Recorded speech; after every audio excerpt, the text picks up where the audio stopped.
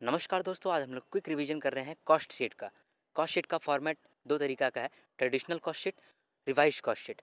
Traditional cost sheet का format को सबसे पहले देखते हैं। सबसे पहले raw material consumed, direct wages, direct expenses, आता है प्राइम कॉस्ट, ऐड करते हैं फैक्ट्री ओवरहेड, फिर एडलेस करते हैं ओपनिंग डब्ल्यू क्लोजिंग डब्ल्यू मिलता है factory cost.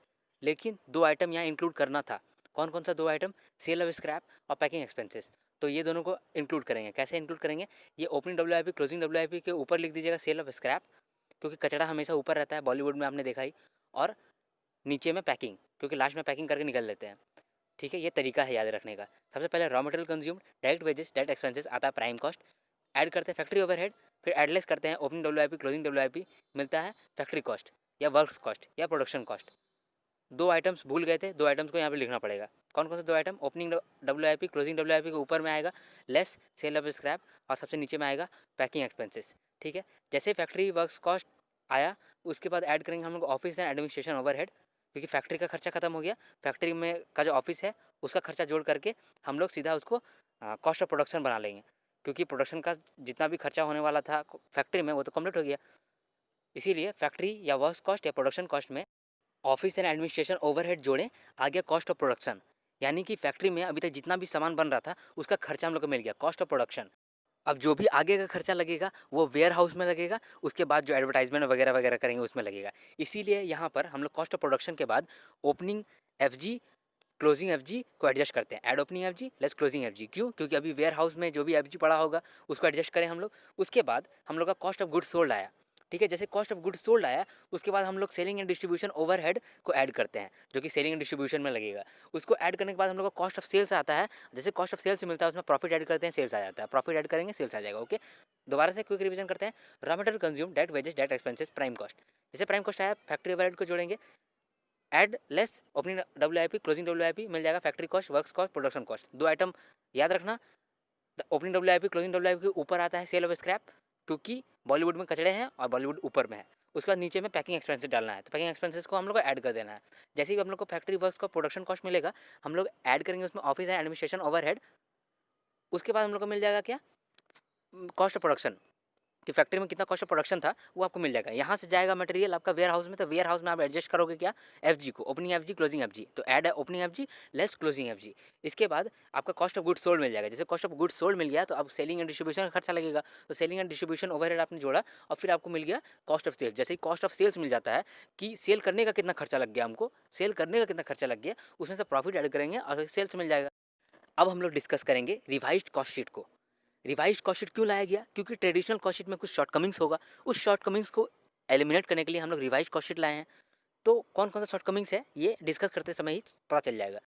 So the format starts with raw material consume, direct wages, direct expenses, मिलता है प्राइम कॉस्ट, ऐड करते हैं फैक्ट्री ओवरहेड, मिलता है ग्रॉस फैक्ट्री या वर्क्स कॉस्ट, फिर ऐड लेस करते हैं ओपनिंग डब्ल्यू क्लोजिंग डब्ल्यू मिलता है नेट फैक्ट्री कॉस्ट। उसके बाद तीन एक्सपेंसेस ऐड करते हैं। कौन कौन सा? R O Q, R for research and development cost, O for office and administration overhead of production nature, and Q for quality control cost. इसके बाद हम लोग लेस करते हैं सेल ऑफ स्क्रैप, ऐड करते हैं प्राइमरी पैकिंग, मिलता है कॉस्ट ऑफ प्रोडक्शन। अब कॉस्ट ऑफ प्रोडक्शन मिल गया। जैसे ही कॉस्ट ऑफ प्रोडक्शन मिल गया, इसका मतलब कि फैक्ट्री तक जितना भी खर्चा था सारा को हम लोगों ने ऐड कर दिया। अब फर्दर एक्सपेंसेस ऐड करेंगे। अब ये सामान कहाँ जाएगा? वेयर हाउस में जाएगा। वेयर हाउस में क्या हम लोग एडजस्ट करते हैं? ओपनिंग एफ जी और क्लोजिंग एफ जी ऐड करते हैं, ओपनिंग एफ जी लेस करते हैं क्लोजिंग एफ जी। इसके बाद मिलता है कॉस्ट ऑफ गुड सोल्ड। जैसे ही कॉस्ट ऑफ गुड सोल्ड मिलता है तब हम लोग ऐड करते हैं सेलिंग डिस्ट्रीब्यूशन ओवरहेड। लेकिन यहाँ पर एक और चीज़ ऐड होगा, ऑफिस एंड एडमिनिस्ट्रेशन ओवरहेड, जो कि मार्केटिंग नेचर का है। पहले वाले ट्रेडिशनल कॉस्ट शीट में हम लोग क्या करते थे? ऑफिस एंड एडमिनिस्ट्रेशन ओवरहेड एक ही जगह जोड़ते थे और हम लोग सीधा जोड़ देते थे उसको प्रोडक्शन नेचर का मान के। लेकिन यहाँ पर हम लोग उसको सेग्रीगेट करके ऐड करते हैं। पहला तो हम लोग प्रोडक्शन नेचर का मान करके फैक्ट्री कॉस्ट के साथ हम लोग ऐड कर देते हैं, और दूसरा को मार्केटिंग नेचर का मान करके हम लोग ऐड करते हैं कहाँ पे? कॉस्ट ऑफ गुड्स सोल्ड के बाद सेलिंग डिस्ट्रीब्यूशन ओवरहेड के साथ। जैसे ही हम लोग कॉस्ट ऑफ गुड्स सोल्ड मिला था और ऐड किया था सेलिंग डिस्ट्रीब्यूशन ओवरहेड, साथ में एक और खर्चा ऐड करेंगे ऑफिस एंड एडमिनिस्ट्रेशन ओवरहेड, ये मार्केटिंग नेचर का। जैसे ये दोनों ऐड करेंगे मिलेगा कॉस्ट ऑफ सेल्स, ऐड करेंगे प्रॉफिट मिलेगा सेल्स। तो फिर से एक बार फास्ट रिवीजन करते हैं रिवाइज का फॉर्मेट को। Raw material consume, direct wages, direct expenses, मिलता है प्राइम कॉस्ट, ऐड करते हैं फैक्ट्री ओवरहेड, मिलता है ग्रॉस फैक्ट्री या वर्क्स कॉस्ट, फिर ऐड लेस करते हैं ओपनिंग डब्ल्यू क्लोजिंग डब्ल्यू मिलता है नेट फैक्ट्री कॉस्ट। उसके बाद ऐड करते हैं तीन एक्स्ट्राऑर्डिनरी एक्सपेंसेस, क्या क्या है? R O Q, R for research and development expenses, and O for office and administration overhead, लेकिन ये प्रोडक्शन नेचर का होगा। And then Q quality control cost. उसके बाद हम लोग को लेस करना है, ऐड करना है, क्या लेस करना है, सेल ऑफ स्क्रैप, ऐड करना है प्राइमरी पैकिंग। उसके बाद मिल जाएगा कॉस्ट ऑफ प्रोडक्शन। जैसे कॉस्ट ऑफ प्रोडक्शन मिल गया, इसका मतलब कि फैक्ट्री तक का सारा खर्चा हो गया। फर्दर कॉस्ट क्या होगा, इसके बाद वेयर हाउस में जाएगा मटेरियल, वेयर हाउस में क्या खर्चा लगेगा, वेयर हाउस में हम लोग एडजस्ट करते हैं ओपनिंग एफजी, क्लोजिंग एफजी, तो वही किया हम लोगों ने, एडजस्ट किया तो हम लोग को मिल गया कॉस्ट ऑफ गुड्स सोल्ड। जैसे कॉस्ट ऑफ गुड्स सोल्ड मिल गया, उसके बाद सेलिंग डिस्ट्रीब्यूशन ओवरहेड हम लोग जोड़ते थे, लेकिन सेलिंग एंड डिस्ट्रीब्यूशन ओवरहेड तो जोड़ेंगे, लेकिन एक ओवरहेड और जोड़ेंगे, office and administration of marketing nature. पिछले फॉर्मेट में क्या किए थे हम लोग, ऑफिस एंड एडमिनिस्ट्रेशन ओवरहेड को मिला करके लिख दिए थे। मार्केटिंग नेचर का भी नहीं सोचे थे कि कौन सा होगा और प्रोडक्शन नेचर का कौन सा होगा, हम लोग नहीं सोच करके डायरेक्ट एक ही बार में जोड़ दिए थे। यहाँ पर हम सेग्रीगेट करके जोड़े हैं, जैसे ही जोड़े हैं उसके बाद मिल जाएगा कॉस्ट ऑफ सेल्स, ऐड करेंगे प्रॉफिट, मिल जाएगा सेल्स। अब यहाँ पर क्या क्या शॉर्टकमिंग था जिसको हम लोगों ने रिवाइज से दूर किया है। सबसे पहला तो ऑफिस एंड एडमिनिस्ट्रेशन ओवरहेड जो था, पहले हम लोग सबको प्रोडक्शन नेचर का मान करके जोड़ते थे, लेकिन उसको अब हम लोग सेग्रीगेट करके जोड़े हैं। उसके बाद एक और प्रॉब्लम था ट्रेडिशनल में, कि ट्रेडिशनल में जब थे तभी हम लोग रिसर्च एंड डेवलपमेंट कॉस्ट को नहीं जोड़ते थे, क्वालिटी एंड कंट्रोल कॉस्ट को नहीं जोड़ते थे। ये दोनों चीज़ को तो जोड़ना चाहिए ही, क्योंकि हम लोग मॉडर्न एरा में अगर रिसर्च एंड डेवलपमेंट नहीं करेंगे तो हम लोग सस्टेन नहीं कर पाएंगे अपना बिजनेस को, और क्वालिटी कंट्रोल नहीं करेंगे तो हम लोग का बिजनेस ठप पड़ जाएगा। इसकी वजह से ये दोनों एक्सपेंस को तो हम लोग जोड़ना था, तो ये दोनों एक्सपेंस वहाँ पर नहीं था, इसीलिए हम लोग रिवाइज कॉस्ट शीट में इसको इंक्लूड किए।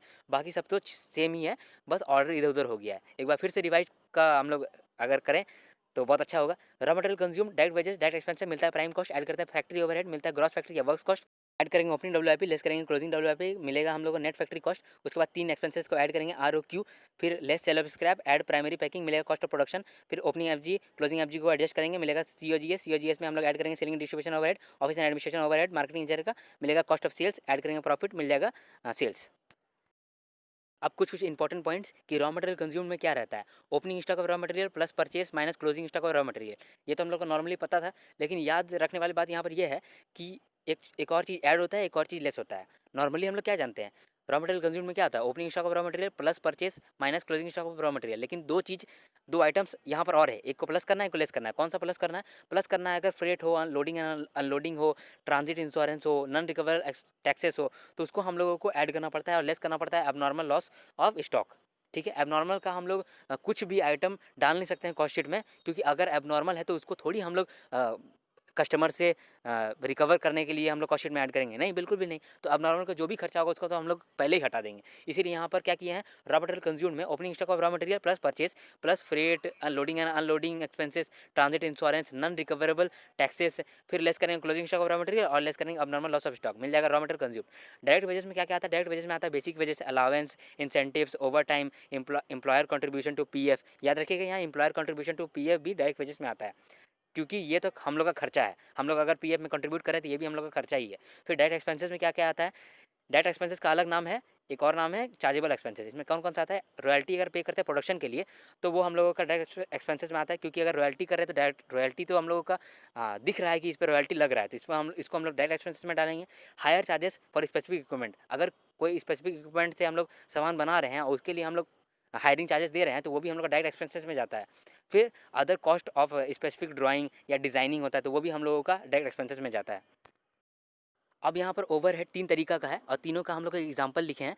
इस एग्जाम्पल को पढ़ना बहुत बेहद ज़रूरी है, क्योंकि ऐसा हो सकता है कि आपको एग्जाम में कोई क्लिक ही ना करे, आप कन्फ्यूज़ हो जाए, इसीलिए इसको एक बार देखना इंपॉर्टेंट है। तो ओवरहेड 3 तरह का ओवरहेड होता है, factory overhead, office and administration overhead और सेलिंग डिस्ट्रीब्यूशन ओवरहेड। जितना भी इनडायरेक्ट खर्चा होता है उसको ही हम लोग ओवरहेड कहते हैं। फैक्ट्री में कौन कौन सा इनडायरेक्ट खर्चा होता है जो कि हम लोग डायरेक्टली आइडेंटिफाई नहीं कर सकते हैं प्रोडक्ट पे, एक power cost, plant and machinery का depreciation, insurance, repair and maintenance, building का depreciation, insurance and repair and maintenance, rent, stores and spare parts, coolant and lubricants, indirect wages, material handling cost. Factory overhead कौन कौन सा था, power cost, plant and machinery और building का depreciation, insurance, repair and maintenance, rent, stores and spare parts, coolants and lubricants, indirect wages, material handling cost. Office and administration overhead में office का rent, office का electricity, office का salary, office का printing and stationery, postage office का, depreciation on office appliances और director remuneration. Director remuneration कहाँ पर आता है, ऑफिस एंड एडमिनिस्ट्रेशन ओवरहेड में। सेलिंग एंड डिस्ट्रीब्यूशन ओवरहेड में advertisement, marketing, sales promotion, free samples, carriage outward, secondary package, salesman का salary या कमीशन, वेयर हाउस का चार्जेस, डेप्रिसिएशन ऑन डिलीवरी, उसके बाद आफ्टर सेल सर्विसेज। याद रखिएगा यहाँ पर कैरेज आउटवर्ड सेलिंग डिस्ट्रीब्यूशन में आया, secondary package selling and distribution में आया, फ्री सैंपल सेलिंग डिस्ट्रीब्यूशन में आया। कॉस्ट शीट में कभी भी बापी नहीं आता है, BAPI। क्या नहीं आता है? बापी नहीं आता है, BAPI। B for bad debt नहीं आता है, ए फॉर एबनॉर्मल लॉस नहीं आता है, पी फॉर प्रोविजन नहीं आता है, जैसे provision for income tax, provision for doubtful dates, ये सब नहीं आता है। उसके बाद इंटरेस्ट ऑन लोन नहीं आता है, कैश डिस्काउंट नहीं आता है। इसका मतलब कि एक्सपेंस ऑफ फाइनेंशियल नेचर नहीं आता है। क्या क्या चीज़ नहीं आता है? बापी नहीं आता है। B for bad debts, A for abnormal loss, P for provision, provision for income tax या फिर प्रोविजन फॉर डाउटफुल डेट्स। उसके बाद I for interest on loan रहा या कैश डिस्काउंट रहा तो वो नहीं आता है। Frankly speaking expense of financial nature नहीं आता। Believe me this is so obvious. क्यों? क्योंकि जब हम लोग कॉस्ट शीट क्यों बनाते हैं? कॉस्ट शीट इसलिए बनाते हैं ताकि हम लोग एक सेलिंग प्राइस निकाल पाएँ और उसी सेलिंग प्राइस को चार्ज कर सके कस्टमर से। तो क्या बैड डेट जो लॉस हुआ है या फिर एबनॉर्मल लॉस से जो हम लोग का लॉस हुआ है या हम लोग जो प्रोविजन बनाए हैं या इंटरेस्ट जो हम लोग को लग रहा है, ये सब ऐसा आइटम थोड़ी है जिसको हम लोग कॉस्ट शीट में इंक्लूड करके कस्टमर से चार्ज करेंगे। अगर मेरा बैड डेट हुआ है तो वो कस्टमर से हम क्यों चार्ज करें, या एबनॉर्मल लॉस हुआ है तो उसको कस्टमर से क्यों लॉस चार्ज करेंगे? एबनॉर्मल लॉस तो मेरा लॉस है, इसलिए ये सब हम लोग ऐसे भी इंक्लूड नहीं करना चाहिए और करते भी नहीं हैं। ये देखिए, कभी कभी बेसिस ऑफ अपॉर्चुनिटमेंट जानना बहुत ज़रूरी होता है, क्योंकि ये कभी कभी आपको कंफ्यूज कर सकता है। एग्जांपल देते हैं, अगर जॉइंट कॉस्ट है मान लीजिए 5 लाख का, आपको ए और बी में उसको अपोर्शन करना है और ए और बी का रेशियो है 2:1, और गुड्स प्रोड्यूस किए हैं ए में और बी में 48,000 और 55,000, तो रेशियो 2:1 नहीं रहेगा, रेशियो चेंज हो जाएगा। रेशियो क्या बन जाएगा? 2x into 48,000 is two X into 55,000। यहाँ जो हम लोग का रेशियो निकल के आएगा, ये वाला रेशियो एक्चुअल रेशियो होगा। अब एक इंपॉर्टेंट नोट है जो कि बहुत बहुत इंपॉर्टेंट है। कभी कभी क्या होता है, ओपनिंग एफ जी और क्लोजिंग एफ जी मिसिंग रहता है, तब हम लोग ओपनिंग एफ जी को तो नील एज्यूम कर लेते हैं, लेकिन क्लोजिंग एफ जी को हम लोग कैलकुलेट करना पड़ता है। अब कैसे कैलकुलेट करेंगे जब इन्फॉर्मेशन नहीं है तो? लेकिन कुछ कुछ इन्फॉर्मेशन रहता है जिससे आपको निकालने में मदद होता है। जैसे आपने ओपनिंग एफ जी और क्लोजिंग एफ जी का एडजस्टमेंट तभी आता है जब आपने कॉस्ट ऑफ प्रोडक्शन निकाल लिया हो, तो कॉस्ट ऑफ प्रोडक्शन का इन्फॉर्मेशन आपके पास रहेगा और आपको क्वेश्चन में क्लोजिंग एफ जी का यूनिट दे दिया रहेगा, क्लोजिंग एफ जी का यूनिट दे दिया रहेगा, और आपको कहेगा कि सेल्स है, मान लीजिए सेल से 18,000 यूनिट्स, सेल का भी यूनिट दे देगा, क्लोजिंग एफ जी का भी यूनिट दे देगा। उसके साथ कैसे निकालिएगा? क्लोजिंग एफ जी निकालिएगा। यहाँ पर देखिए इस एग्जांपल को, यहाँ पर क्लोजिंग एफ जी कैसे निकलेगा? यहाँ पर हम लोगों ने सेल किया है कितना? 1800, और हम लोग के पास पड़ा कितना है? 200। इसका मतलब कि बना कितना होगा? 2000 यूनिट। 2000 यूनिट बनने के लिए कितना प्रोडक्शन का खर्चा लगा है? 2 लाख। यानी 2 लाख लगा है 2000 यूनिट बनने के लिए। तो क्लोजिंग एफ जी में जो 200 यूनिट है उसका कॉस्ट कितना है? अगर 2 लाख कॉस्ट ऑफ प्रोडक्शन है 2000 यूनिट के लिए, तो 200 यूनिट के लिए कितना होगा? 20,000। ठीक है, एक बार फिर से समझते हैं। कभी कभी opening F G closing F जी मिसिंग रहता है, उस समय हम लोग ओपनिंग एफ जी को नील एज्यूम कर लेते हैं, क्लोजिंग एफ जी को कैलकुलेट करते हैं। कैसे कैलकुलेट करते हैं? कुछ इन्फॉर्मेशन दिया रहता है, जैसे कि कॉस्ट ऑफ प्रोडक्शन आपने निकाल लिया होगा अब तक, उसके बाद क्लोजिंग एफ जी और सेल्स का आपको यूनिट बता देगा। जैसे यूनिट बता देगा आपको समझ में आ जाएगा कि जितना सेल्स हुआ था, जितना क्लोजिंग एफ जी है, यानी उतना ही सामान बना है, उतना सामान बनने के लिए कितना खर्चा लगा है? कॉस्ट ऑफ प्रोडक्शन जितना खर्चा निकाले थे वही खर्चा लगा है। इस एग्जांपल में क्या हुआ था कि क्लोजिंग एफ जी 200 यूनिट है और सेल्स हमने 1800 यूनिट कर दिया है, यानी कि 2000 यूनिट बनाए होंगे जिसमें से कि 1800 सेल कर दिए हैं, 200 क्लोजिंग एफ जी है। तो यहाँ पर क्लोजिंग एफ जी कैसे निकालते हैं? अगर 2 लाख हम लोगों का 2000 यूनिट के लिए है, तो कॉस्ट 200 यूनिट का कितना होगा? 20,000। बस यहाँ पर चैप्टर खत्म होता है। आशा करता हूँ कि आपको मेरा वीडियो अच्छा लगा हो। हर हर महादेव।